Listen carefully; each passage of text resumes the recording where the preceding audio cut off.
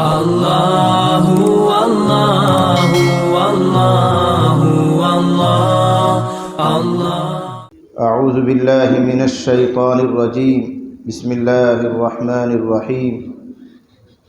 یا ایہا الذین آمنوا اذکروا اللہ ذکرا کثیرا وسبحوہ بکرۃ واصیلا۔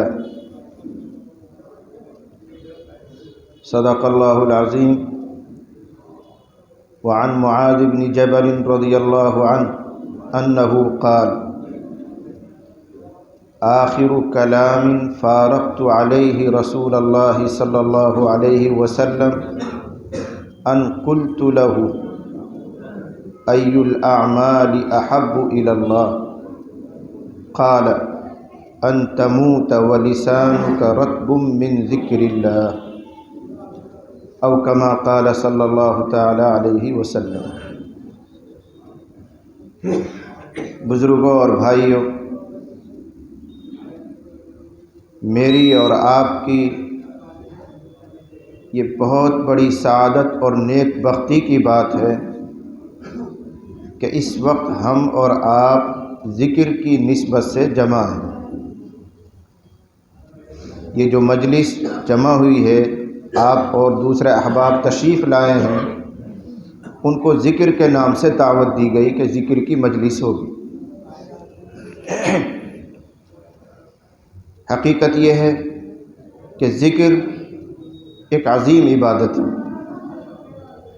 ذکر ایک ایسی چیز ہے جس سے مرد مومن کی تمنا پوری ہو جاتی ہے، مراد پوری ہو جاتی ہے۔ ہر مومن وہ کیسا بھی ہو، عمل کے لحاظ سے مضبوط ہو، کمزور ہو، ہر مومن کی چاہت اور تمنا یہ ہے کہ کل قیامت میں وہ بخشا جائے، اس کی مغفرت ہو جائے۔ ہر کوئی یہ چاہتا ہے۔ جو محنت کر رہے ہیں وہ بھی یہی چاہ رہے ہیں، جو عملی اعتبار سے کمزور ہیں تمنا ان کی بھی یہی ہے کہ اللہ ہمارے ساتھ درگزری کا معاملہ فرمائے، معاف فرمائے۔ ہر ایک کی چاہت یہ ہے۔ حدیث شریف میں آتا ہے کہ ذکر سے مومن کی یہ مراد پوری ہوتی ہے۔ مسند احمد میں صحیح سند کے ساتھ حضرت انس رضی اللہ عنہ نے یہ روایت نقل کی ہے۔ آپ صلی اللہ علیہ وسلم نے ارشاد فرمایا: ما من قوم اجتمعوا یذکرون اللہ تعالی، جو لوگ بھی اللہ کا ذکر کرنے کے لیے اکٹھا ہو جائیں، جمع ہو جائیں۔ دیکھو اہل علم بیٹھے ہوئے، بیچ بیچ میں ذرا سے نقطہ میں چھوڑتے چلا جاؤں، اجتماع ثابت ہو رہا۔ ما من قوم اجتمعوا، معلوم ہوا کہ ذکر کے لیے اجتماع کیا جا سکتا ہے، اکٹھا کیا جا سکتا ہے۔ پھر اس کی شکلیں ہیں کہ اجتماعی ذکر کیسا ہوتا ہے۔ اجتماعی ذکر ایک یہ ہے کہ ایک آدمی کہلوا رہا ہے، سب اس کا ساتھ دہرا رہے ہیں، اس کو علماء پسند نہیں کرتے۔ ایک یہ ہے کہ چند صلحاء، چند نیک لوگ اکٹھے ہو گئے، اپنا اپنا ورد، اپنا اپنا معمول پورا کر رہے ہیں، اس میں کوئی حرج نہیں۔ اور آج کی مجلس انشاءاللہ اسی شکل کی ہوگی۔ ابھی 35-40 منٹ، پونے گھنٹہ بات چیت ہوگی، اس کے بعد انشاءاللہ ذکر، پھر دعا ہے۔ مجھے بہت دیر بات نہیں کرنی ہے، اس لیے کہ آپ کو تو اپنے مقام پر پہنچنا ہے، مجھے اپنی منزل پہنچنا ہے۔ اگر 1-1.5 گھنٹہ یہاں بات چیت ہوگی، پھر ہم فارغ ہوں گے، کب اپنے وہاں پہنچیں گے؟ تو انشاءاللہ میں 40 منٹ میں، 45 منٹ میں اپنی بات پوری کروں گا۔ تو حدیث کے الفاظ ہیں: ما من قوم اجتمعوا یذکرون اللہ تعالی۔ اگر لفظی ترجمہ کرنا ہو، نہیں ہے کوئی قوم، نہیں ہے کچھ لوگ جو اکٹھے ہوں۔ کیوں اکٹھے ہو رہے ہیں؟ اللہ تبارک و تعالیٰ کا ذکر کرنے کے لیے۔ لا یریدون بذالک الا وجہ، یہ نیت پر ضرب لگائی کہ مقصد صرف اللہ کو خوش کرنا ہو، شہرت نہ ہو کہ لوگ کہیں گے بڑا ذاکر ہے، بڑا ولی صفت ہے، بہت اللہ اللہ کرنے والا ہے، یا خدا نخواستہ شیوخ کی مجلس میں جا کے ذکر کرتا ہے اس نیت سے کہ مجھے سند مل جائے گی، مجھے خلافت مل جائے گی، بزرگی کی دستار مل جائے گی۔ یہ فاسد نیت نہ ہو۔ لا یریدون بذالک الا وجہ، ذکر کی مجلس میں آئے، بیٹھے، ذکر کرے اللہ کو راضی کرنے کے لیے۔ اب فضیلت سنو، جب کچھ لوگ اس ارادے سے آئیں کہ اللہ کو خوش کریں گے، اللہ کا نام لیں گے، ذکر کریں گے، الا نادى مناد من السماء ان قوموا مغفورا لكم وبدلت سیئاتکم حسنات۔ جب لوگ ذکر کرتے ہیں تو آسمان سے ایک آواز لگانے والا آواز لگاتا ہے، فرشتہ پکارتا ہے، اے لوگو کھڑے ہو جاؤ، اللہ نے تم سب کی مغفرت کر دی۔ اور مغفرت ہی نہیں، اگلا وہ انعام اس سے بڑھ کر ہے، بدلت سیئاتکم حسنات، تمہاری برائیاں نیکیوں سے بدل دی گئی۔ رجسٹر میں، کاغذات میں، نامہ اعمال میں جہاں گناہ لکھے ہوئے تھے اس جگہ اللہ تمہاری نیکیاں درج کر دے گا، تمہاری سیئات کو حسنات سے مبدل کر دے گا۔ دیکھو یہاں اہل علم بیٹھے ہوئے ہیں اور ہمارے عوام جو ہیں وہ غلط فہمی کا شکار نہ ہو، تو اس کا مطلب یہ ہے کہ مہینے میں ایک دن آ کے ذکر کر لیں اور سارا کیا دھا سب صاف کر دے جو گناہ کیا ہم نے۔ یہاں سیئات کا لفظ آیا ہے، سیئات اس کا معنی آتے صغائر، چھوٹے گناہ۔ ان الحسنات یذہبن السیئات، نیکیوں کی برکت سے جو چھوٹے گناہ ہو جاتے ہیں، بے خیالی میں کچھ گناہ ہو جاتے ہیں، اللہ ان کو نیکیوں کی برکت سے، اور ذکر کرنا بھی ایک نیکی ہے، معاف کر دیتا ہے۔ لیکن جو کبائر ہیں، بڑے گناہ ہیں، دھیان کر لینا، جو کبائر ہیں، بڑے گناہ ہیں، وہ نیکیوں سے، ذکر کرنے سے، یہاں تک کہ اور کوئی بڑا عمل کرنے سے وہ معاف نہیں ہوتے جب تک بندہ اللہ کے حضور میں ہاتھ اٹھا کر معافی نہ مانگے، توبہ نہ کرے۔ پھر اس میں بھی کنڈیشن ہے، اگر وہ کبیرہ گناہ بندوں کے حقوق سے تعلق رکھتا ہے تو محض توبہ کرنے سے بھی معاف نہیں ہوتا، بلکہ حق کی ادائیگی کرنے لازم ہے۔ کسی کا مال دبا رکھا ہے، کسی کا دل دکھائے ہوئے ہیں، کسی کی زمین اور جائیداد آپ نے قبضہ کر رکھی ہے، کسی کا قرض لے کر واپس نہیں کر رہے ہیں، تو آپ حج پہ حج کریں، عمرہ کریں، تلاوت کریں، ذکر کریں، ٹھیک ہے ثواب ملے گا، لیکن یہ حق ادا نہیں ہوگا۔ بڑا اہم کام ہے یہ حقوق العباد کا۔ میں درمیان میں اپنے موضوع سے ذرا سا ہٹ رہا ہوں دو منٹ کے لیے۔ ایک موقع پر نبی کریم صلی اللہ علیہ وسلم نے حضرات صحابہ کرام کو جہاد کی ترغیب دی، شوق دلایا، اور ارشاد فرمایا القتل فی سبیل اللہ یکفر کل خطیئۃ۔ شوق دلا رہے ہیں، جوش پیدا کر رہے ہیں لوگوں کو۔ کیا فرمایا؟ اے لوگوں، اللہ کے راستے میں شہید ہو جانا، قتل ہو جانا ہر گناہ کا کفارہ کر دیتا ہے، ہر گناہ کو صاف کر دیتا ہے۔ جوش میں آپ نے یہ بات ارشاد فرمائی۔ جبرائیل آ گئے اور کان میں کہا الا الدین، الا الدین۔ پیغمبر خدا کیا فرما رہے ہیں آپ؟ ان سے کہو دوبارہ سے القتل فی سبیل اللہ یکفر کل سیئۃ۔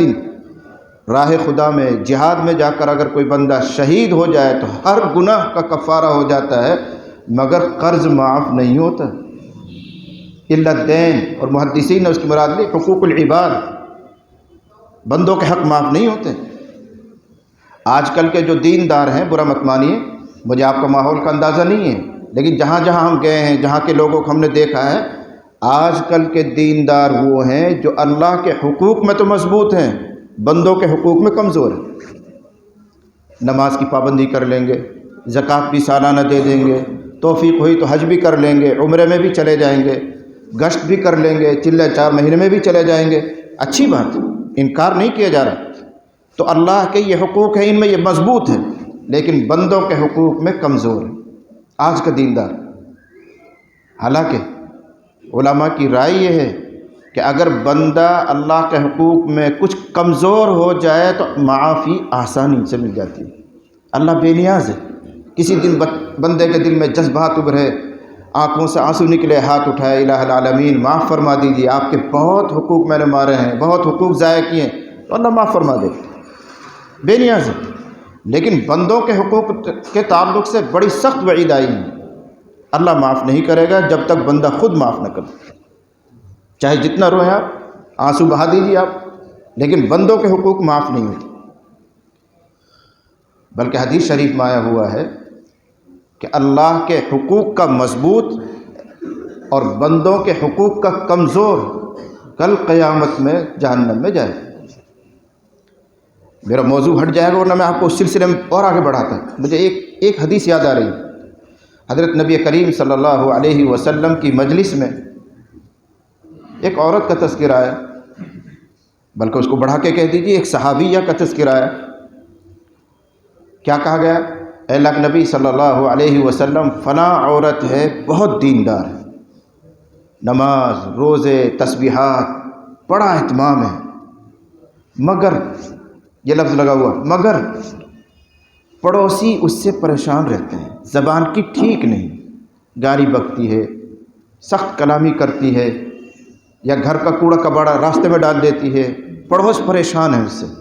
تو نبی کریم صلی اللہ علیہ وسلم نے فرمایا، برجستہ فرمایا، کوئی تاخیر نہیں، فرمایا جہنم میں جائے، دوزخی ہے۔ آپ ادھر غور کیجئے، حقوق العباد میں مضبوط ہے، نماز روزے تسبیحات بہت مضبوط کہ چرچا ہے پورے محلے میں، شور ہے، لیکن پڑوسی پریشان ہے، پڑوس کا حق ادا نہیں کرتی، نبی نے فرمایا دوزخی۔ اسی مجلس میں یا اگلے دن کسی مجلس میں پھر ایک دوسری عورت کا تذکرہ آیا، صحابہ نے کہا اللہ کے نبی فلاں عورت ہے تذکر من قلت الصیام والصلاۃ والصدقہ، بہت زیادہ نماز روزے صدقہ نہیں ہے، بہت زیادہ مطلب یہ ہے کہ فرائض کی حد تک ہے، نوافل میں بہت زیادہ نہیں، فرض نمازیں پڑھ لیتی ہے، فرض روزے رکھ لیتی ہے، فرض زکوٰۃ ادا کر دیتی ہے، نوافل میں بہت زیادہ اہتمام نہیں، اس طرح کی عورت ہے۔ لیکن اے اللہ کے نبی صلی اللہ علیہ وسلم، اس کے پڑوسی اس سے بہت خوش، زبان کی بڑی ٹھیک ہے، کسی کو تکلیف نہیں پہنچاتی۔ نبی صلی اللہ علیہ وسلم نے فرمایا وہ جنت میں، وہ جنتی ہے۔ کیسے؟ دو ٹوک فیصلہ ہے کہ بندوں کے حقوق میں اگر کمزوری رہ رہی ہے، اللہ کے حقوق میں مضبوط ہونے کے باوجود رحمت عالم صلی اللہ علیہ وسلم ایسی سخت بات ارشاد فرما رہے وہ دوزخ۔ تو قانون یاد رکھنا کہ ذکر کی برکت سے، تلاوت کی برکت سے جو گناہ معاف ہونے کی بشارت سنائی جا رہی ہے، ان گناہوں سے مراد ہمارے صغائر رہ گئے، کبائر، ان کے لیے آپ کو توبہ کرنی ہے، ان کبائر سے آپ کو ہٹنا پڑے گا، الاقلاع چھوڑنا پڑے گا۔ یہ نہیں کہ آپ سود بھی لیتے رہیں، آپ جھوٹ بھی بولتے رہیں، آپ بد نظری بھی کرتے رہیں، کسی کا لے کر واپس نہ کریں، آپ فضول خرچیاں کرتے رہیں، مزے بھی اڑاتے رہیں، اور ایک مرتبہ ذکر میں آئے سب صاف ہو گئے، یہ مطلب بالکل نہیں۔ ہاں، پورا اہتمام سے آپ دین کی پابندی کر رہے ہیں، پھر بھی کچھ نہ کچھ کوتاہیاں ہو جاتی ہیں، خطائیں ہو جاتی ہیں، ان کے لیے یہ ذکر ہے کہ تھوڑی دیر ذکر کی مجلس میں بیٹھنے سے بھی اللہ تعالیٰ گناہ کو معاف فرما دیتا ہے۔ یہ اعلان ہو رہا ہے، قوموا مغفورا لکم۔ جب ذکر کرتے کرتے مجلس پوری ہوتی ہے تو آسمان سے آواز لگانے والا آواز لگاتا ہے، اے لوگو کھڑے ہو جاؤ، اللہ نے تمہارے سب معاف کر دی۔ وَبُدِّلَتْ سَيِّئَاتُكُمْ، یہ سیئات کا لفظ ہے، بُدِّلَتْ سَيِّئَاتُكُمْ حَسَنَاتٍ، اور تمہاری برائیاں نیکیوں سے بدل دی گئی، معافی بھی مل گئی، جہاں صغائر لکھے ہوئے تھے اللہ تعالیٰ نے وہاں نیکیاں درج کروا دی۔ اتنا بڑا انعام ہے اس مختصر سی ذکر کی مجلس پر، واقعتاً بہت اونچا عمل ہے۔ حضرت سلمان فارسی رضی اللہ عنہ سے کسی نے پوچھا ای العمل افضل، حضرت کون سا عمل سب سے بہتر ہے، کون سا عمل سب سے اونچا اور افضل ہے؟ تو حضرت سلمان رضی اللہ عنہ نے فرمایا اما تقرأ القرآن ولذکر اللہ اکبر، کیا فرمایا؟ قرآن نہیں پڑھتے ہو، قرآن پڑھ کر غور نہیں کرتے ہو؟ اللہ خود فرما رہے ہیں کہ اللہ کا ذکر سب سے بڑا ہے، وَلَذِكْرُ اللَّهِ أَكْبَرُ، 21 پارے کیا ہے، وَلَذِكْرُ اللَّهِ أَكْبَرُ، اللہ کا ذکر سب سے بڑا ہے۔ جو اللہ سب سے بڑا ہے وہ کس عمل کو بڑا کہہ رہا ہے، اس کو سمجھو۔ اللہ اکبر ہیں، خود اکبر ہیں، اور پھر اپنی یاد کو اللہ کہہ رہا ہے کہ یہ بھی اکبر ہے، میں بڑا ہوں، کوئی مجھے یاد کرے، یہ عمل بھی بڑا ہے۔ وَلَذِكْرُ اللَّهِ أَكْبَرُ، اور اس کے دو مطلب محدثین نے بیان کیے ہیں، اہل علم نے بیان کیے ہیں۔ پہلا مطلب یہ ہے ذکر اللہ، اللہ کا اپنے بندوں کو یاد کرنا، اللہ اپنے بندوں کو یاد کرے، گویا یہاں فعل کی مصدر کی اضافت فاعل کی طرف ہو رہی ہے۔ ذکر اللہ، اللہ یاد کرے گا بندوں کو، لیکن یہ فضیلت بھی ہمیں اس ذکر کی برکت سے حاصل ہوتی ہے۔ جب بندہ اللہ کا ذکر کرتا ہے اب اللہ اس بندے کو یاد کرتا ہے۔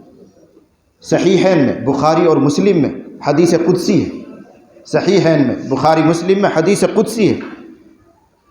نبی کریم صلی اللہ علیہ وسلم نے ارشاد فرمایا یقول اللہ تبارک و تعالی، جب نبی کسی بات کو یوں کہہ کر بیان کریں کہ اللہ فرماتا ہے تو وہ حدیث قدسی بنتی ہے، عام حدیثوں سے اس کا درجہ اونچا ہو جاتا ہے۔ کیا ارشاد فرما رہے ہیں کہ اللہ فرماتا ہے انا عند ظن عبدی بی، میں میرے بندے کے گمان کے ساتھ ہوں، وہ جیسے مجھ سے امید وابستہ کرتا ہے، گمان کرتا ہے، میں اس کے ساتھ ویسا معاملہ کرتا ہوں۔ اس کا کیا مطلب ہے؟ پہلے ظن کے معنی سمجھو، گمان کے معنی سمجھو۔ یہاں بھی دھوکہ کھاتے ہیں لوگ۔ دیکھو میں کوئی مقرر آدمی نہیں، میں سبق پڑھانے والا آدمی ہوں، زندگی گزر گئی حدیث پڑھاتے پڑھاتے تو اسی انداز میں بیان بھی کرتا ہوں، بات میں بات نکلتی ہے۔ تو گمان اور ظن کس کو کہتے ہیں؟ ہم اور آپ یہ سمجھتے ہیں کہ اللہ کے ساتھ اچھا گمان کا مطلب یہ ہے امید لگاؤ کہ اللہ بغیر عمل کے بھی معاف کرے گا، درگزرے کر دے گا، جیسا گمان رکھو گے ویسا معاملہ ہوگا۔ نہیں، ظن ابن قیم علیہ الرحمٰن نے لکھا کہ ظن اور گمان قائم ہی جب ہوتا ہے جب اسباب اکٹھے کر لیے جائیں۔ امید تو جبھی قائم ہوتی ہے جب اسباب اکٹھے کر لیے جائیں۔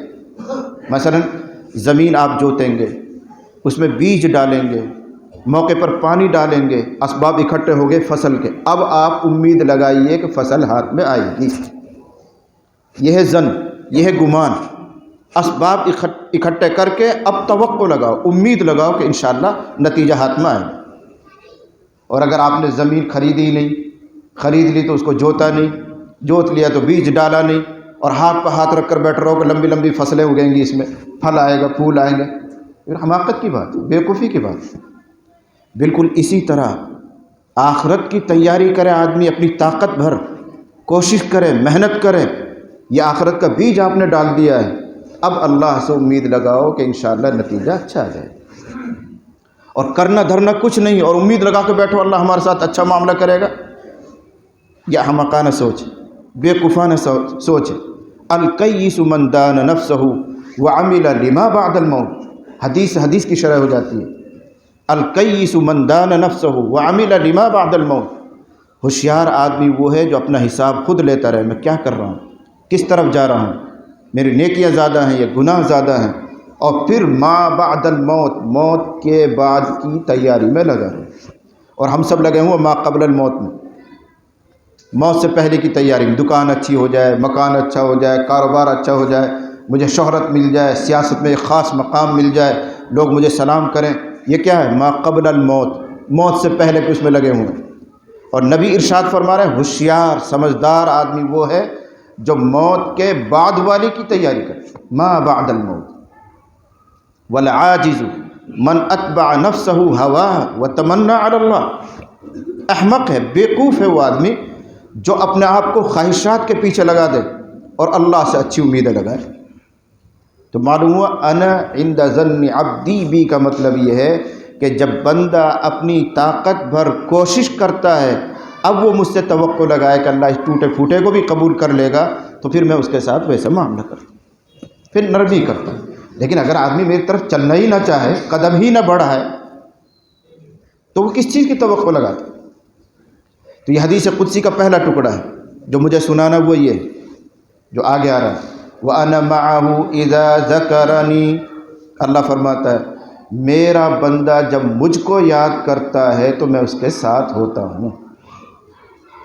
پھر اس کی شرح اگلے جملے میں، إِن ذَكَرَنِي فِي نَفْسِهِ ذَكَرْتُهُ فِي نَفْسِي وَإِن ذَكَرَنِي فِي مَلَئٍ ذَكَرْتُهُ فِي مَلَئٍ خَيْرٍ مِّنْهُمْ۔ کیا فرمایا؟ اگر بندہ مجھ کو تنہائی میں یاد کرتا ہے، اکیلے میں بیٹھ کر دل میں یاد کرتا ہے، تو اللہ فرماتا ہے میں بھی اس کو اکیلے میں یاد کرتا ہوں۔ یہ ہے وَلَذِكْرُ اللَّهِ أَكْبَرُ، اللہ کا اپنے بندے کو یاد کرنا۔ لیکن کب ملا؟ جب تم نے اللہ کو یاد کیا تو اللہ تمہیں یاد کر رہا ہے۔ قرآن بھی کہتا ہے فَاذْكُرُونِي أَذْكُرْكُمْ، اے لوگو مجھے یاد کرو میں تمہیں یاد کروں گا۔ وَإِن ذَكَرَنِي فِي مَلَئٍ، اور اگر کسی نے مجھ کو یاد کیا مجمع میں، جیسا آپ لوگ آئے ہیں اور ابھی انشاءاللہ تھوڑی دیر بیٹھ کر ذکر کریں گے، اگر کسی نے مجھ کو یاد کیا مجمع میں تو میں بھی ان کو ان کے مجمع سے بہتر مجمع میں یاد کرتا ہوں۔ ملائے اعلیٰ، فرشتے جو مقربین ہیں، ان کے درمیان اللہ فخر فرماتے، دیکھو میرے بندو، یہ سب کام چھوڑ کر، لذتوں کو چھوڑ کر، آرام کو چھوڑ کر میری یاد میں بیٹھا ہوا، تو اللہ وہاں ہمارا فخر سے تذکرہ فرماتے، یہ میرا بندہ ہے۔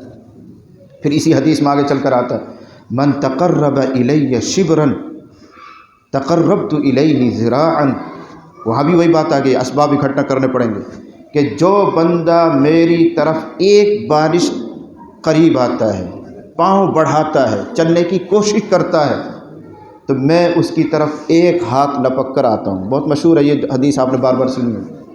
اگر ایک بارش کوئی بڑھتا ہے تو میں ایک ہاتھ آ جاتا ہوں، لیکن شروعات آپ کو کرنی ہے، قدم آپ کو بڑھانا ہے۔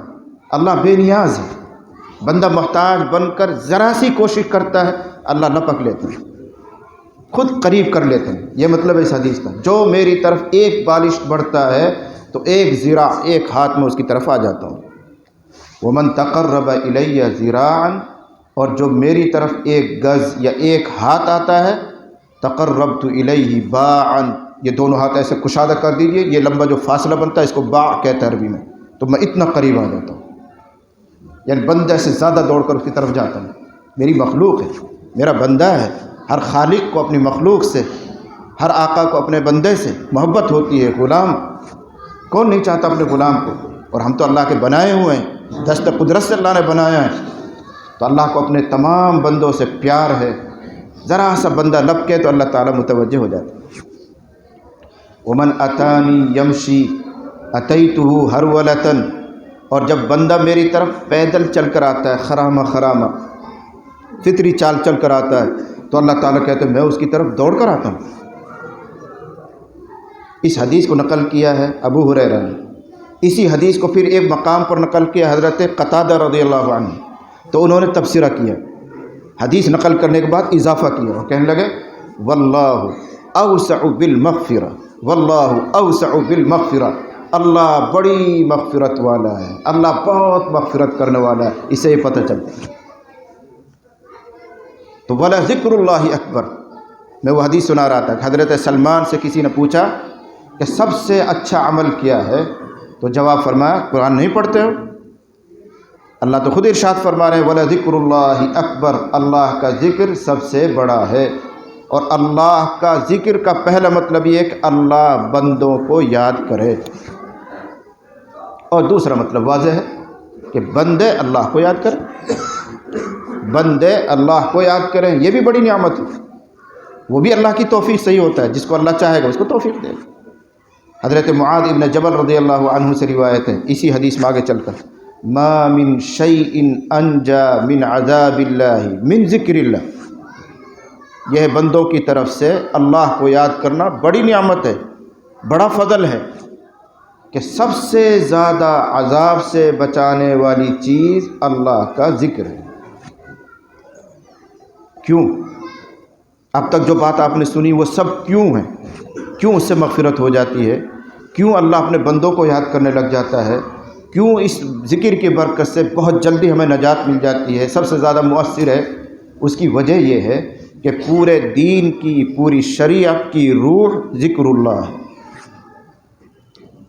نماز کے ذریعے، تلاوت کے ذریعے، حج کے ذریعے، زکوٰۃ کے ذریعے، جمعے کی نماز کے ذریعے، اور کہہ لیجیے جہاد کے ذریعے، سب چیزوں سے مقصد اللہ کے ذکر کو قائم کرنا ہے۔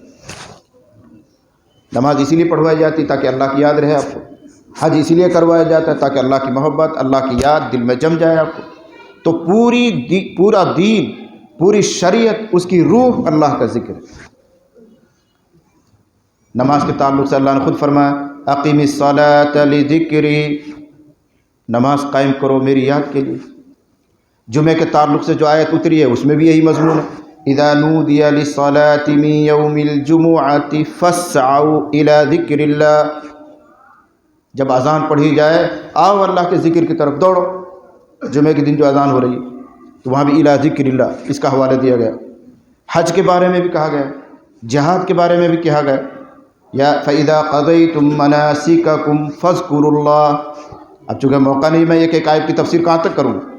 جب تم حج کے ظاہری ارکان پورے کر چکو تو اب اللہ کا خوب ذکر کرو، اس لیے حج سے بھی تمہاری یہی مشق کروائی گئی۔ حدیث میں آیا ہوا انما جعل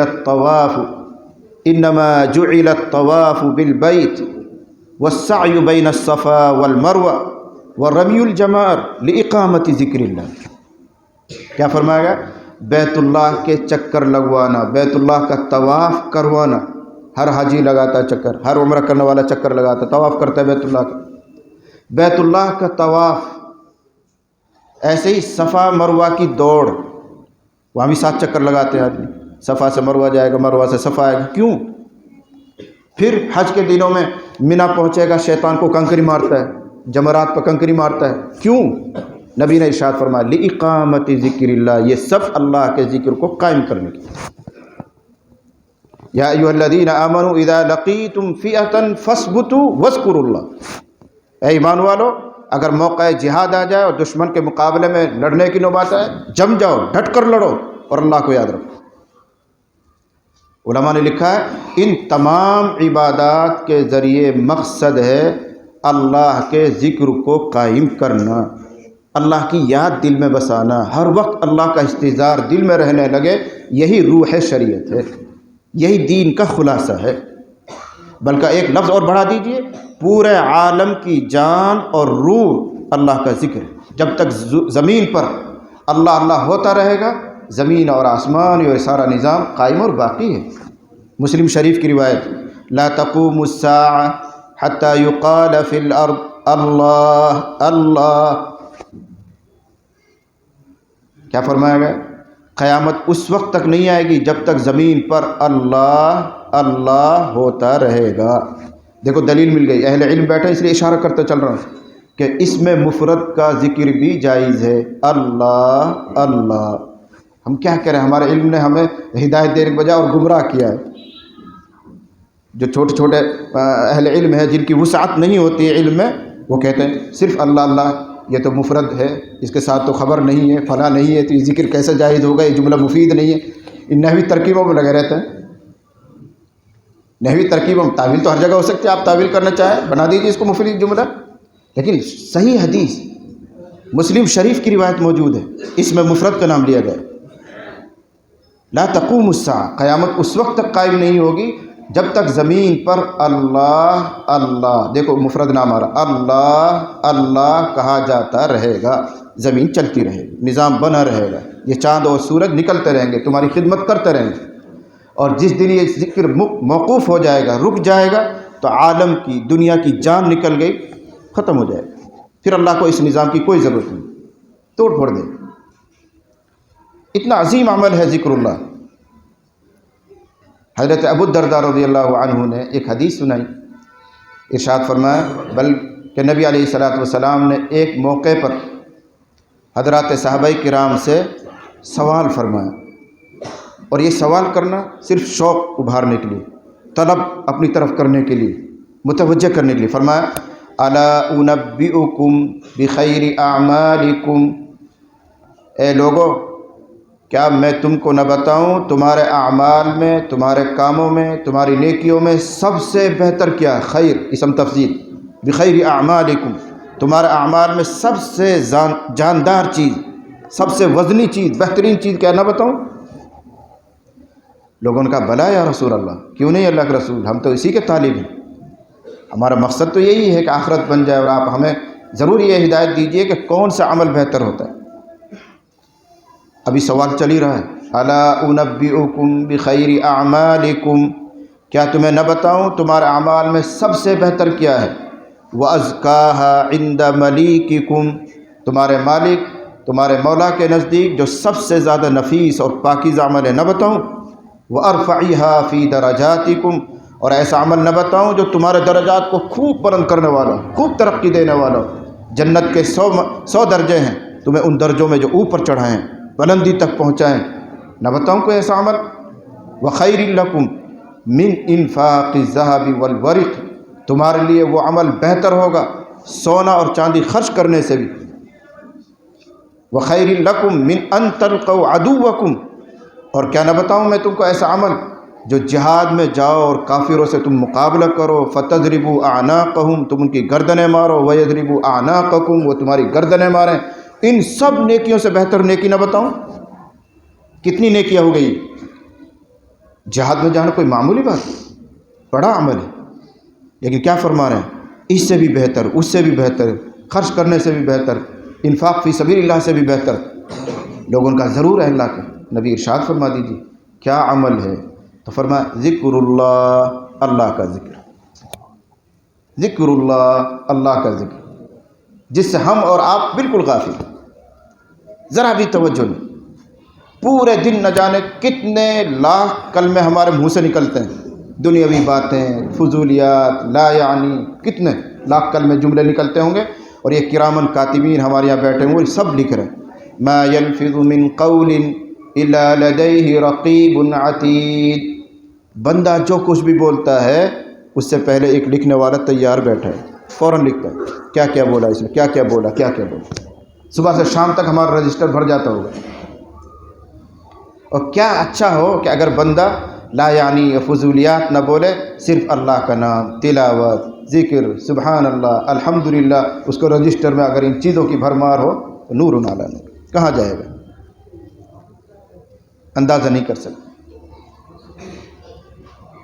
اسی اہمیت کے پیش نظر حضرت نبی کریم صلی اللہ علیہ وسلم نے اپنے جو خاص لوگ تھے، محبوب لوگ تھے، یوں تو سبھی صحابہ محبوب تھے لیکن ان میں بھی بہرحال تعلقات کا تفاوت تھا.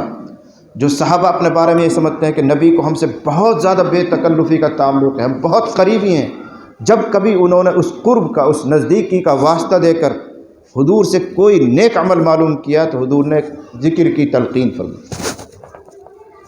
میں نے خطبے میں ایک حدیث پڑھی تھی، بس وہی پوری کر کے میں بات پوری کروں گا.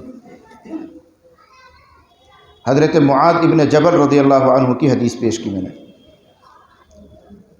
یہ بہت اہم شخصیت ہے. یوں تو سارے کے سارے صحابہ ستارے ہیں. اصحابی کالنجوم بأیہم اقتدیتم اہتدیتم، میرے تو سارے ہی ساتھی ستارے ہیں، لیکن کچھ مہتاب بھی ہوتے ہیں، کچھ آفتاب بھی ہوتے ہیں. تو حضرت معاذ ابن جبل رضی اللہ عنہ کی کچھ الگ ہی حیثیت ہے. ذرا سا میں تعارف کروا دوں. نبوت کے 12ویں سال جب نبی علیہ الصلاۃ والسلام ابھی مکۃ المکرمہ سے ہجرت فرما کر مدینہ تشریف نہیں لائے ہیں، بلکہ ابھی 1 سال اور باقی، 13 سال آپ نے مکے میں گزارے ہیں. یہ نبوت کا 12واں سال ہے، لیکن آپ کی طرف سے اسلام کے داعی، دعوت دینے والے مدینہ پہنچ چکے تھے. حضرت مصعب ابن عمیر رضی اللہ عنہ وغیرہ پہلے جا چکے ہیں. حضرت مصعب ابن عمیر کی خدمت میں معاذ ابن جبل نبوت کے 12ویں سال میں حاضر ہوئے، یعنی حضور کی آمد سے پہلے مدینہ منورہ میں. ان کو معلوم ہوا کہ مکے میں کوئی نبی آئے ہوئے ہیں، انہوں نے اپنی طرف سے داعی بھیجا ہے، دعوت والا بھیجا ہے.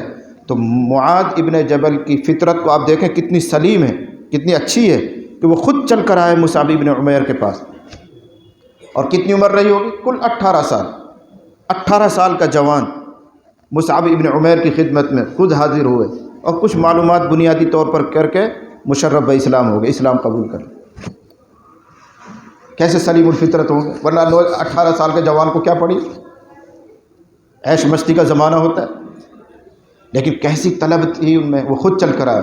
اور یہ واحد ایک صحابی ہیں جن کی آدھی زندگی کفر میں ہے اور آدھی اسلام میں. آدھی زندگی کفر میں ہے، آدھی زندگی اسلام میں ہے.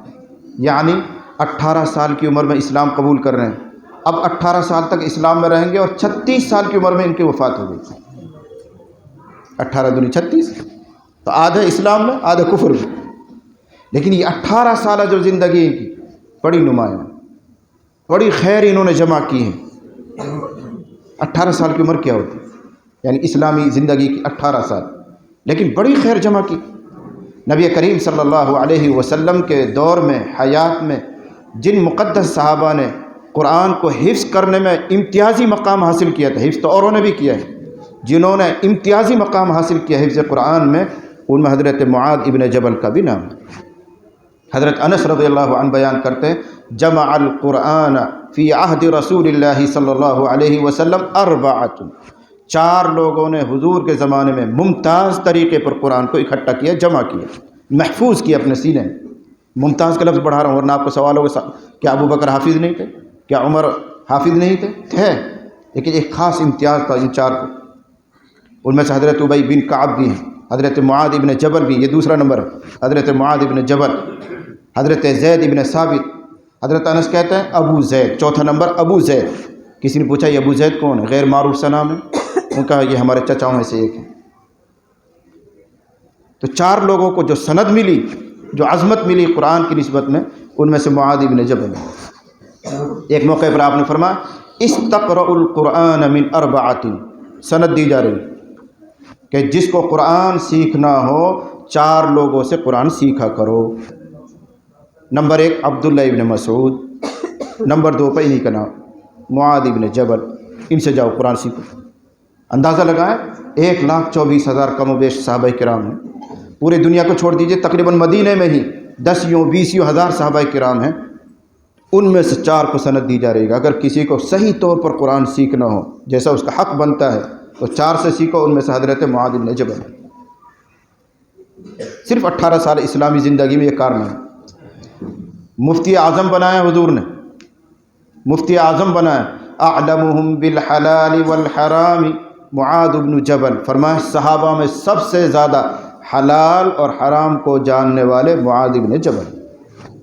کیا علم رہا ہوگا، کتنی اونچی شان رہی ہوگی، سند مل رہی ہے افتاء کی۔ اب تو سال بھر میں افتاء مل جاتا ہے، سند مل جاتی ہے، باڑھ آئی ہوئی ہے، لیکن وہاں رسول اللہ صلی اللہ علیہ وسلم سند دے رہے ہیں کہ سب سے زیادہ حلال اور حرام کو پہچاننے والے معاذ بن جبل۔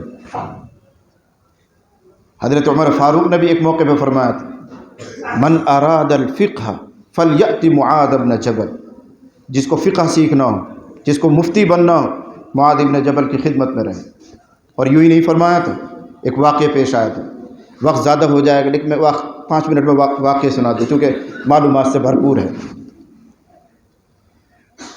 حضرت عمر رضی اللہ تعالیٰ عنہ کا دور خلافت ہے، ایک صحابی 2 سال کے سفر سے واپس آئے، چلے گئے جہاد میں، کہاں گئے اللہ جانے، 2 سال کے بعد واپس آئے۔ جب 2 سال کے بعد واپس آئے تو انہوں نے اپنی اہلیہ کو دیکھا کہ پیٹ میں بچہ ہے، حمل سے ہے، تو ان کو غلط فہمی ہوئی کہ 2 سال سے میں ملا نہیں، سفر میں ہوں، یہ بچہ کہاں سے آ گیا۔ حالانکہ فقہی اعتبار سے مدت حمل متعدد اقوال ہیں، 2 سال بھی ہو سکتے ہیں، 2.5 سال بھی ہو سکتی ہیں، مفتیان کرام یہاں تشریف فرما ہے، لیکن بہرحال شیطان کو موقع ملا، انہوں نے غلط فہمی پیدا کر۔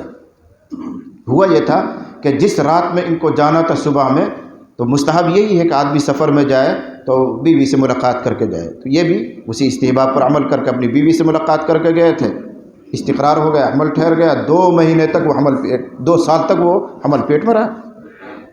2 سال کے بعد جب واپس آ رہے ہیں تو خلاف توقع، خلاف امید ان کو لگا کہ یہ پیٹ کہاں سے بڑھ گیا ہے، یہ بچہ کہاں سے آ گیا، انہوں نے الزام لگا دیا یہ میرا بچہ نہیں۔ حضرت عمر رضی اللہ عنہ سے جا کے شکایت کر دی۔ حضرت عمر رضی اللہ تعالیٰ عنہ نے دایا کو بھیج کر، بچہ جو جنواتی ہے دایا کو بھیج کر تحقیق کروائی، جاؤ معلومات کرو صحیح ہے یہ بات، یا دایا نے جا کے پیٹ ویٹ پہ ہاتھ پھیرا، چیک کیا، اور حضرت عمر رضی اللہ عنہ کو آ کے اطلاع دی کہ خبر صحیح ہے کہ پیٹ میں بچہ ہی ہے اور بہت جلدی ولادت ہونے والی ہے، 2 4 5 10 دن میں، ہفتے میں ولادت ہو جائے گی۔ حضرت عمر رضی اللہ تعالیٰ عنہ نے رجم کا حکم دے دیا کہ جب شہادت مل گئی، بات یقینی ہو گئی، قرائن موجود ہیں، تو رجم کر دیا جائے۔ لوگ عورت کو لے کر گئے، گڑھا کھودا گیا تاکہ جب پتھر برسیں گے تو یہ ننگی نہ ہو جائے، کپڑے نہ کھل جائیں، اس کو یہاں تک گڑھے میں دبایا گیا، پھر چاروں طرف سے پتھر برسنے ہیں، اس کو رجم کہتے تھے۔ لوگوں کو مجمع لگا ہوا، بھیڑ اکٹھا۔ حضرت معاذ بن جبل بھی کہیں سے نکل آئے، انہوں نے دیکھا کیا بات ہے، بھیڑ اکٹھی ہو رہی ہے، پوچھا کیا ہوا، کیا تماشا ہے، لوگوں سے پوچھا، ان کے علم میں ابھی تک یہ بات نہیں، تو لوگوں نے تفصیل سنائی، کیسا ہوا، فلاں لوگ فلاں صاحب ہیں 2 سال کے بعد آئے ہیں، ان کو ایسا لگا کہ یہ بچہ ان کا نہیں ہے، مقدمہ دائر کر دیا حضرت عمر کے ہاں، حضرت عمر نے فیصلہ کر دیا رجم کا۔ سن کر فرمایا معاذ بن جبل نے اگر یہ مقدمہ میرے پاس آیا ہوتا تو میں کچھ اور فیصلہ کرتا. بس اتنی بات کہی. کسی نے جا کے حضرت عمر سے کہہ دیا. معمولی آدمی تھوڑی تھے، مفتی اعظم ہے، انہوں نے یہ تبصرہ کیا ہے. تو کسی نے جا کر کہا حضرت معاذ ابن جبل یہ کہہ رہے ہیں کہ اگر کیس میرے پاس آیا ہوتا، مقدمہ میرے پاس آیا ہوتا، فیصلہ دوسرا ہوتا. تو حضرت عمر رضی اللہ تعالیٰ عنہ لرز گئے، کب کپانے لگے کہ بڑے آدمی نے بات کہی ہے، ضرور اس میں کوئی خامی مجھ سے ہوئی ہے. کہا روکو روکو، ابھی کوئی رجم نہ کرے، ٹھہرو ٹھہرو، مسئلے کی تحقیق کی جائے. چنانچہ حضرت معاذ ابن جبل کو طلب فرمایا اور فرمایا آپ کو میرے فیصلے میں کیا کمی نظر آئی ہے، آپ اصلاح فرمائیں، کیا کوتاہی ہو گئی یہ فیصلے میں. حضرت معاذ ابن جبل رضی اللہ عنہ نے فرمایا ایک نہیں تین کوتاہیاں ہوئی ہیں. ایک نہیں تین کوتاہیاں آپ نے کی ہیں. کیا؟ حضرت عمر جیسا آدمی کو کہے. ہم لوگ سمجھتے ہیں حضرت عمر تو بس سخت مزاج کے تھے، سننے والے نہیں ہوں گے. نہیں، اشدہم فی امر اللہ عمر، یہ لفظ ہیں. دینی معاملے میں بڑے شدید تھے، ویسے بڑے با اخلاق، بہت نرم، سننے والے، ہر ایک کو ان کی مجلس میں بولنے کا حق. ہمارے ذہنوں میں یہ تصور ہے حضرت عمر ایک جاہ جلال والے بادشاہ ہوں گے، ظالم قسم کے ہوں گے، بول نہیں سکتا ہوگا کوئی. ایسا نہیں تھا، بڑے نرم مزاج تھے. لیکن جب دین کی بات آتی تھی تو ان سے زیادہ سخت کوئی نہیں تھا. آپ اندازہ لگائیں، ایک مرتبہ ممبر پر کھڑو کے تقریر فرما رہے تھے حضرت عمر رضی اللہ تعالیٰ عنہ. جمعے کے دن پوری مسجد بھری ہوئی، امتحان لینے کے لیے فرمایا اے لوگو، اگر عمر ٹیڑھا چلے، دین سے ہٹ جائے تو تم کیا کرو گے؟ بادشاہ وقت ہیں. تو پیچھے سے ایک عورت کھڑی ہوئی، بوڑھی، مسواک ہاتھ میں تھی. کہنے لگا ٹیڑھا چلے گا تو سیدھا کر دوں گی، مسواک دکھا کر وہیں سے. اب اندازہ لگا ایک عورت وہ حضرت عمر فاروق کو کہہ رہے اگر ذرا بھی دین سے ہٹے گا تو یہ مسواک سے خبر لوں گی، سیدھا کر دوں گی.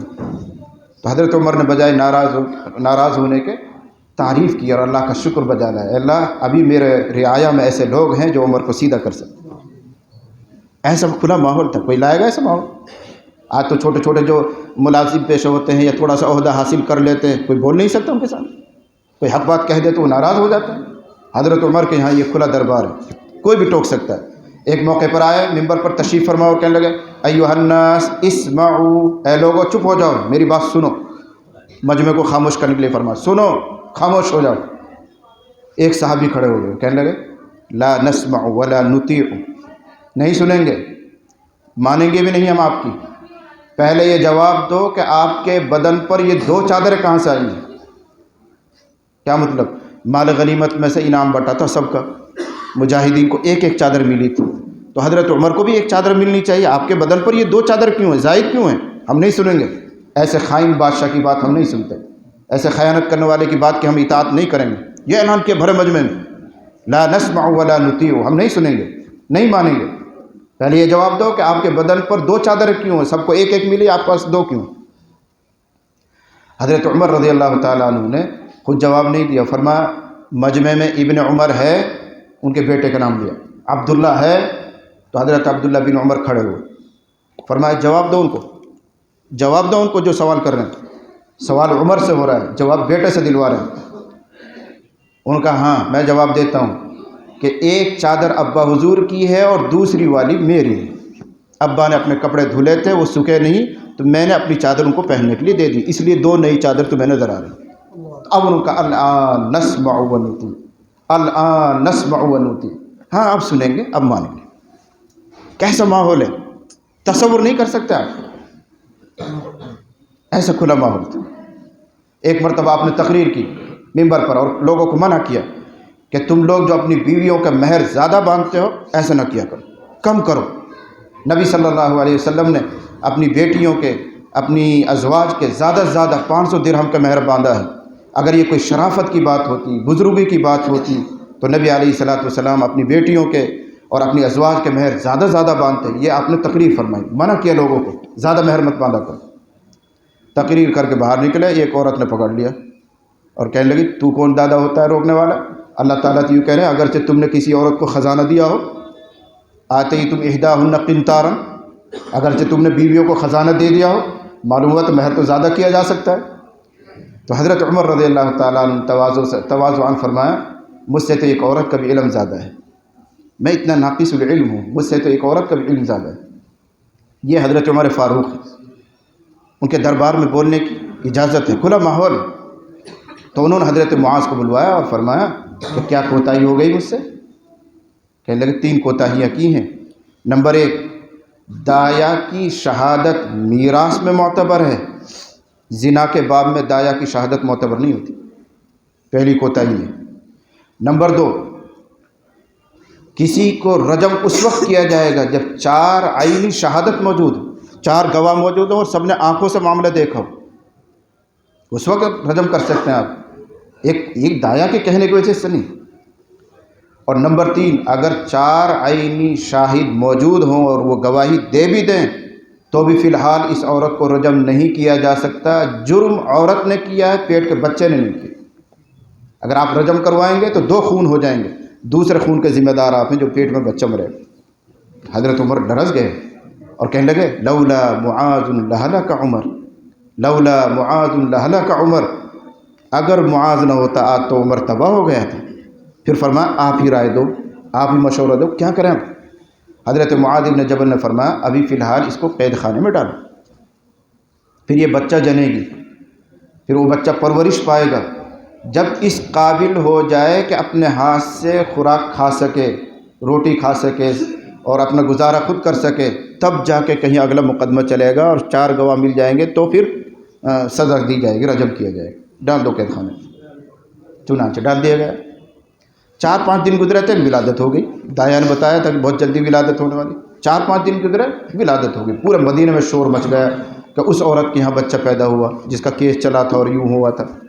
تو سب لوگ شوق سے آ رہے ہیں دیکھنے کے لیے، چلو دیکھیں بھائی، چلو دیکھیں کیسا بچہ قید خانے میں دیکھ کے جا رہے ہیں۔ جب سب دیکھ کے جا رہے ہیں تو اس کے شوہر کو بھی لگا چلو میں بھی دیکھا ہوں، میری بیوی نے بچہ جنا ہے تو کیسا جنا، میں بھی دیکھا ہوں، مجمع لگ رہا، بھیڑ جا رہی ہے۔ تو وہ بھی آیا، اس نے بچے کو دیکھا تو ایسی محبت دل میں بیٹھی اور کہنے لگا واللہ ھذا ابنی، واللہ ھذا ابنی، واللہ ھذا ابنی، بخدا یہ تو میرا ہی بچہ ہے، میرا ہی بیٹا ہے، میرا ہی بیٹا، اور لے کے اس کو کلیجے سے لگا، سارا مقدمہ ختم ہو گیا۔ اس نے اپنا الزام واپس لے لیا، اس کو یقین ہو گیا کہ میری شباہت ہے، میرا بچہ ہے۔ اور اسی وقت سے پھر یہ مسئلہ بنا کہ مدت حمل 2 سال بھی ہو سکتی ہے، 2.5 سال بھی ہو سکتی ہے، 3 سال بھی ہو سکتی ہے، ائمہ کے اقوال مختلف ہیں۔ اسی وقت سے یہ مسئلہ بنا۔ تو ایسے وہ فقہ کے جاننے والے ماہر، اس موقع پر حضرت عمر نے یہ جملہ فرمایا من اراد الفقہ فلیأت معاذ بن جبل، جس کو دینی شعور حاصل کرنا ہو، سمجھ حاصل کرنی ہو، مفتی بننا ہو، معاذ کے پاس جائے۔ ایک اور واقعہ سناؤں پھر آخری حدیث جو ہے اس کو پورا کرنا انشاءاللہ۔ میں نے 1.25 گھنٹے کا وعدہ کیا تو شاید ٹائم اوپر ہی جا رہا ہے۔ یہ جو نماز میں ترکیب ہے ابھی کہ کسی کی 1 رکعت نکلتی ہے، 2 رکعت نکل جاتی ہیں، 4 نکل جاتی ہیں، تو وہ کیا طریقہ اختیار کرتا ہے؟ آئے گا اور سیدھا امام کے ساتھ شریک ہو جائے، یہی تو ترتیب ہے۔ جب امام سلام پھیر دے گا، اب وہ جو اس کی نکلی ہوئی رکعتیں ہیں ان کو پورا کرتا ہے آدمی۔ آج کل یہ ہمارا طریقہ ہے، شروع میں یہ طریقہ نہیں تھا۔ یہ طریقہ حضرت معاذ ابن جبل رضی اللہ عنہ کا چلایا ہوا۔ پہلا کیا تھا؟ پہلا یہ تھا کہ آنے والا آتا تھا اور وہ نمازی سے پوچھتا تھا کتنی رکعت ہو گئی بھائی، جو نماز میں پہلے سے شریک ہے اس کو کوہنی مار کے پوچھتا تھا کتنی ہو گئی، وہ کہتا 2 ہو گئی یا 1 ہو گئی، تو وہ آنے والا پہلے 1 یا 2 رکعت جو اس کی نکل گئی اس کو پورا کرتا تھا، نیت باندھ کے جلدی جلدی وہ 2 رکعت پڑھے گا، پھر امام کے ساتھ شریک ہو جائے گا اگلی تیسری رکعت سے۔ یہ طریقہ تھا۔ ایک دن حضرت معاذ رضی اللہ عنہ تشریف لائے، نبی صلی اللہ علیہ وسلم نماز پڑھا رہے تھے، انہوں نے دیکھا کہ نبی کی آخری رکعت ہے، اگر میں اپنی چھوٹی ہوئی رکعتوں کو پورا کروں گا تو اتنی دیر میں حضور کا سلام بھی پھر جائے گا، میں تو محروم رہ جاؤں جماعت سے۔ تو انہوں نے وہ رکعتیں پوری نہیں کی اور ڈائریکٹ حضور کے ساتھ شامل ہو، جیسا آج کل ہم لوگ ہو جاتے ہیں۔ اور نبی صلی اللہ علیہ وسلم نے سلام پھیرا اور معاذ ابن جبل رضی اللہ عنہ اپنی رکعتیں پوری کرنے کے لیے کھڑے ہوئے، اور حضور ایسے مڑ کر بیٹھے تو آپ کی نظر معاذ پر، 1 رکعت پڑھی، پھر 2 پڑھی، پھر 3 پڑھی۔ پوچھا معاذ کیا بات ہے؟ کہنے لگا اللہ کے نبی مجھے پسند نہیں آیا کہ میں چھوٹی ہوئی رکعتوں کو پہلا پورا کروں اور اتنی دیر میں آپ کا سلام پھر جائے، نماز میرے ہاتھ سے نکل جائے، جماعت سے محروم رہ جاؤں، اس لیے میں نے ایسا کیا کہ پہلے آپ کے ساتھ شریک ہو گیا، اب وہ چھوٹی ہوئی رکعتیں میں نے پوری کر لی۔ اسی دن حضور نے مسئلہ بدل دیا، فرمایا اصنعوا کما صنع معاذ، اے لوگو آج سے ایسا کیا کرو جیسے معاذ نے کیا ہے۔ آج سے تم اپنی چھوٹی ہوئی رکعتیں ایسے پوری کرو جیسے معاذ نے کیا۔ یہ وہ معاذ ابن جبل ہے، 18 سال کفر میں، 18 سال اسلام میں۔ اس اسلامی 18 سالہ زندگی میں آپ دیکھیں کیا نمایاں مقامات پا رہے ہیں، کتنی خوبیاں ظاہر ہو رہی ہیں۔ طاعون امواس، ملک شام میں ایک طاعون پھیلا تھا سن 36 ہجری میں، اس میں یہ شہید ہوئے۔ حضرت ابو عبیدہ ابن الجراح وہاں کے امیر لشکر تھے، پورے ملک شام میں وبا پھیلی تھی، سارا لشکر ان کے ماتحت تھا، اسی میں حضرت ابو عبیدہ کی بھی شہادت ہوئی۔ جب ان کا وقت قریب آیا تو ان کو نائب بنایا کہ میں جا رہا ہوں، تم سنبھالنا۔ لیکن بیماری ایسے ہی زور پکڑتی رہی، لوگ مرتے رہے، تو حضرت عمر ابن عاص رضی اللہ عنہ نے رائے دی کہ یہ وبا نہیں ہے، یہ آگ معلوم ہوتی ہے، وبا نہیں یہ آگ معلوم ہوتی ہے، یہاں سے ہٹ چلو، کہیں اور چلیں۔ تو حضرت معاذ ابن جبل ناراض ہو گئے اور بہت سخت سخت کہا حضرت عمر ابن عاص کو، اور کہنے لگا آگ نہیں، وبا نہیں، یہ اللہ کی رحمت ہے، نبی کی دعا کا وقت ہے۔ نبی کو میں نے فرماتے ہوئے سنا تھا کہ میری امت ہجرت کر کے ملک شام تک پہنچے گی اور ملک شام اسلامی جھنڈے کے نیچے آئے گا، پھر اس وقت ایک بیماری پھیلے گی جو پھنسی کی شکل میں ہوگی، پھوڑے کی شکل میں ہوگی، جس کو بیماری لگ جائے اور وہ اس میں وفات پا جائے تو وہ شہید ہوگا، اللہ اس کے اعمال کو پاک کر دے گا۔ یہ حدیث سنائی اور کہنے لگے اے اللہ، اگر یہ حدیث میں نے آپ کے نبی سے نہ سنی ہو، اگر یہ حدیث میں نے آپ کے نبی سے سنی ہو تو اس رحمت کا حصہ مجھے بھی عطا کر دیجیے۔ بس دعا کر کے فارغ ہوئے، مرض کا سلسلہ شروع ہو گیا۔ فارغ ہو کر تقریر سے فارغ ہو کر خیمے میں پہنچے، ان کے بیٹے عبد الرحمن وہ آخری سانسوں میں اسی بیماری میں مبتلا ہو چکے تھے، آخری سانس لے رہے تھے، وقت رخصت تھا۔ بیٹے کو دیکھا تو آنکھوں میں آنسو آ گئے، کیسا بیٹا ہوگا، کیسی تربیت کی ہوگی، رو اپنی اولاد کے لیے۔ وہ گئے، ابا کو دیکھا، ابا کے آنکھوں میں آنسو ہیں، کہنے لگا الحق من ربک فلا تکونن من الممترین، الحق من ربک فلا تکونن من الممترین۔ ابا حضور، حق اللہ کی طرف سے ہے، آپ شک نہ کیجیے، اگر یہ بیماری شہادت کا ذریعہ ہے تو اللہ کی طرف سے آ رہی ہے، گھبرانے کی کیا ضرورت ہے۔ ابا بھی ابا تھے، انہوں نے کہا ستجدونی انشاءاللہ من الصابرین، بیٹا کیا پرواہ کرتا ہے، مجھے انشاءاللہ صبر کرنے والوں میں سے پائے گا۔ اور بیٹے کا بھی انتقال ہو گیا۔ ان سے پہلے حضرت معاذ کی 2 بیویوں کا بھی انتقال اسی مرض میں ہو گیا جو طاعون آیا ہوا تھا۔ ان کو بھی بیماری کا سلسلہ شروع ہوا، دائیں ہاتھ کی انگلی میں پھوڑا نکل آیا، اس کو دیکھ دیکھ کر خوش ہوتے تھے اور کہا کرتے تھے کہ دنیا اور دنیا کی ساری نعمتوں سے مجھے یہ عزیز ہے، یہ مجھے جنت میں لے جانے والا ذریعہ ہے، میرے اعمال کو پاک کرنے والی چیز ہے، ایسے خوش ہوتے تھے۔ اور پھر اسی میں شہید ہوئے۔ تو کل 36 سال کی عمر، اس میں اتنا علمی مقام حاصل کیا۔ انہی معاذ ابن جبل کو نبی کریم صلی اللہ علیہ وسلم نے یمن کی طرف داعی بنا کر بھیجا تھا ایک موقع پر۔ اس کے پیچھے بھی اسباب ہیں کچھ، لیکن موقع نہیں۔ جس وقت حضرت معاذ کو بھیجا جا رہا تھا تو نبی کریم صلی اللہ علیہ وسلم خود مدینہ منورہ سے پیدل چلے ہیں الوداع کہنے کے لیے، اور معاذ کو سواری پر بٹھایا۔ اب اس زمانے کی جو سواری ہوتی تھی، اونٹ ہوتا تھا، گھوڑا ہوتا تھا، جو بھی رہا ہوگا، تو حضرت معاذ ابن جبل سواری پر ہیں اور نبی علیہ الصلاۃ والسلام پیدل ہیں۔ انہوں نے 1000 اصرار کیا، اللہ کے نبی میں نیچے اتر جاؤں یا آپ بھی میرے ساتھ تشریف فرما ہو جائیں، لیکن حضور نے فرمایا نہیں، تم بیٹھے رہو، میں پیدل چلتا ہوں۔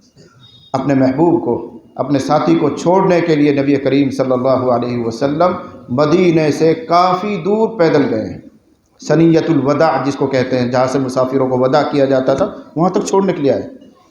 سنا ہے، اور تاریخ مدینہ کے نام سے ایک کتاب ہے، اس میں یاد پڑتا ہے کہ میں نے پڑھا بھی ہے۔ مدینہ منورہ میں جب باب الہجرہ سے آپ مدینہ میں داخل ہوں گے تو بائیں ہاتھ کی طرف پرانا ریلوے اسٹیشن ہے، آج بھی ہے، ترکیوں کا بنایا ہوا ہے، جو لوگ عمرے میں گئے ہیں، حج میں گئے ہیں، ان کے ذہن میں ہوگا۔ تو باب الہجرہ سے جب مدینہ منورہ میں داخل ہوں گے تو الٹے ہاتھ پر پرانا ریلوے اسٹیشن ہے، اس میں ایک چھوٹی سی کالے پتھروں کی ایک چھوٹی سی مسجد بنی ہوئی ہے۔ لوگ کہتے ہیں کہ یہاں تک نبی کریم صلی اللہ علیہ وسلم چھوڑنے آئے تھے۔ اگر اس کو دیکھیں تو غالباً مسجد نبوی سے 9-10 کلومیٹر ہے۔ تو اتنا فاصلہ حضور نے پیدل طے کیا اپنے ساتھی کو یمن بھیجتے وقت، اور نصیحت کرتے آئے، بہت ساری نصیحتیں آپ نے فرمائی۔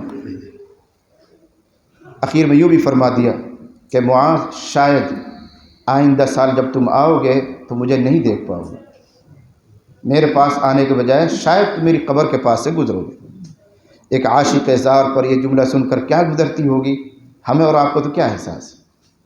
جن کو عشق ہے، جو عشق میں فنا ہو جاتے ہیں، جو رسول اللہ صلی اللہ علیہ وسلم سے بے حد محبت کرتے ہیں، ان سے جا کے پوچھو کہ اس جملے کو سن کر کیا بیتی ہوگی۔ حضرت معاذ زار و قطار رونے لگے، آنسو کی لڑی لگ گئی۔ حضور نے اپنا چہرہ ایسے موڑ لیا، کہیں ایسا نہ ہو کہ معاذ کے آنسوؤں کو برداشت نہ کر سکیں اور آپ کے بھی آنسو جاری ہو جائیں تو معاذ کو اور صدمہ ہوگا۔ اپنا آپ کو سنبھالا حضور نے، آپ آنسوؤں کو ضبط فرمایا اور پھر تھوڑا سا ہمت سے فرمایا، ان اول الناس بی المتقون من کانوا حیث کانوا۔ معاذ، ظاہری اعتبار سے جدائیگی ہو رہی ہے، تم یمن جا رہے ہو، میں مدینہ میں رہ جاؤں گا، اور اللہ کا بلاوا آ گیا تو میں دنیا سے بھی منتقل ہو جاؤں گا۔ بے شک دوری ہو رہی ہے، لیکن اس ظاہری دوری سے کوئی فرق نہیں پڑتا۔ لوگوں میں کل قیامت میں میرے سب سے زیادہ نزدیک وہ ہوگا جو زیادہ پرہیزگار ہوگا۔ ان اول الناس بی المتقون من کانوا حیث کانوا۔ کوئی بھی ہو، کسی بھی برادری کا ہو، کالا ہو، گورا ہو، عرب ہو، عجم ہو، کہیں کا ہو، جس میں پرہیزگاری ہوگی وہ جنت میں میرے ساتھ ہوگا، وہ میرا نزدیک ہوگا۔ دیکھو کیا لفظ بولا، متقون، یہی دین کا خلاصہ ہے۔ بار بار کہہ رہا ہوں، سارے فضائل ایک طرف، ساری برکاتیں ایک طرف، تقوی، اللہ کے ہاں مقام پانا ہے، عزت پانی ہے تو تقوی۔ ان اکرمکم عند اللہ اتقاکم۔ اور تقوی کی نہ جانے کتنی تعریف ہیں، آسان سی تعریف، اجتناب عن المعاصی، گناہوں سے پرہیز، چھوٹوں سے بھی بڑوں سے بھی سب گناہوں سے احتیاط کرنا، یہی تقوی ہے۔ اور جو تقوی اختیار کرے وہ اللہ کا نزدیک ہے، وہ اللہ کا قریب ہے، اللہ کے ہاں مکرم ہے۔ یہ جو سفر ہو رہا ہے حضرت معاذ ابن جبل رضی اللہ عنہ کا، اور حضور اتنی دور تک چھوڑنا آ رہے ہیں، اس موقع کی ساری روداد حضرت معاذ نے سنائی ہیں، لیکن کیا فرما رہے ہیں؟ آخر کلام فارقت علیہ رسول اللہ ان قلت له ای الاعمال احب الی اللہ۔ 10 کلومیٹر طے کرنے میں آدھا گھنٹہ، پونا گھنٹہ، 1 گھنٹہ تو لگا ہوگا، تو اتنی دیر تک حضور نے نصیحتیں فرمائی ہیں۔ اس موقع پر جو آخری بات میرے کانوں میں گئی ہے حضرت معاذ، اس کے بعد حضور کا کوئی کلمہ، حضور کی کوئی بات، کوئی نصیحت میرے کان میں براہ راست نہیں آئی ہے۔ اس کلمے کو سن کر، اس بات کو سن کر میں اور حضور دونوں جدا ہو گئے، اور بظاہر ہمیشہ کے لیے جدا ہوئے، جنت میں اکٹھے ہوں گے اور ہیں۔ لیکن اس وقت جو جدائیگی ہوئی اور آخری بات میرے کان میں پڑی وہ کیا تھی، اس کو بتا رہے ہیں۔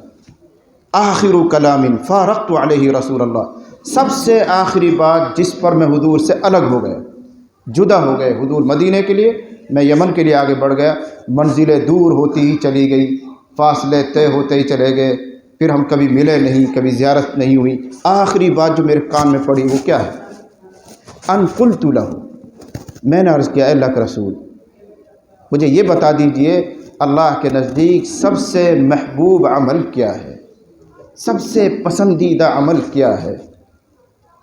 کیا بات پوچھ رہے ہیں؟ سب سے سینکڑوں نصیحتیں ہوئی ہیں، اور اب ذخیرہ حدیث میں وہ سب محفوظ ہیں، موقع ہوتا میں ایک ایک کر کے سناتا، لیکن وقت نہیں ہے بہرحال۔ تو کیا فرمایا؟ اے اللہ کے نبی، سب سے بہتر عمل کیا ہے، اس آخری موقع پر مجھے آپ بتا دیجیے۔ تو کہہ رہے ہیں کہ جو آخری بات کہی اور میرے کان میں گئی وہ یہ تھی، ان تموت ولسانک رطب من ذکر اللہ۔ سب گرہ باندھ لینا، ان تموت ولسانک رطب من ذکر اللہ۔ معاذ، سب سے محبوب عمل اور میری طرف سے سب سے آخری نصیحت جو تمہیں ہو رہی ہے وہ یہ ہے کہ تمہیں اس حال میں موت آئے کہ تمہاری زبان اللہ کے ذکر سے تر ہو۔ یہ ظاہری جدائیگی ہے، ایک دن حقیقی جدائیگی ہونے والی ہے۔ روح تمہارا جسم کا ساتھ چھوڑ جائے گی۔ جس وقت تمہارا سانس نکل رہا ہو تو تمہاری زبان اللہ کے ذکر سے تر ہو، اللہ اللہ سبحان اللہ، کلمات خیر زبان سے نکل رہا ہو اور روح الوداع کہہ رہی ہے۔ یہ آخری کلمہ ہے۔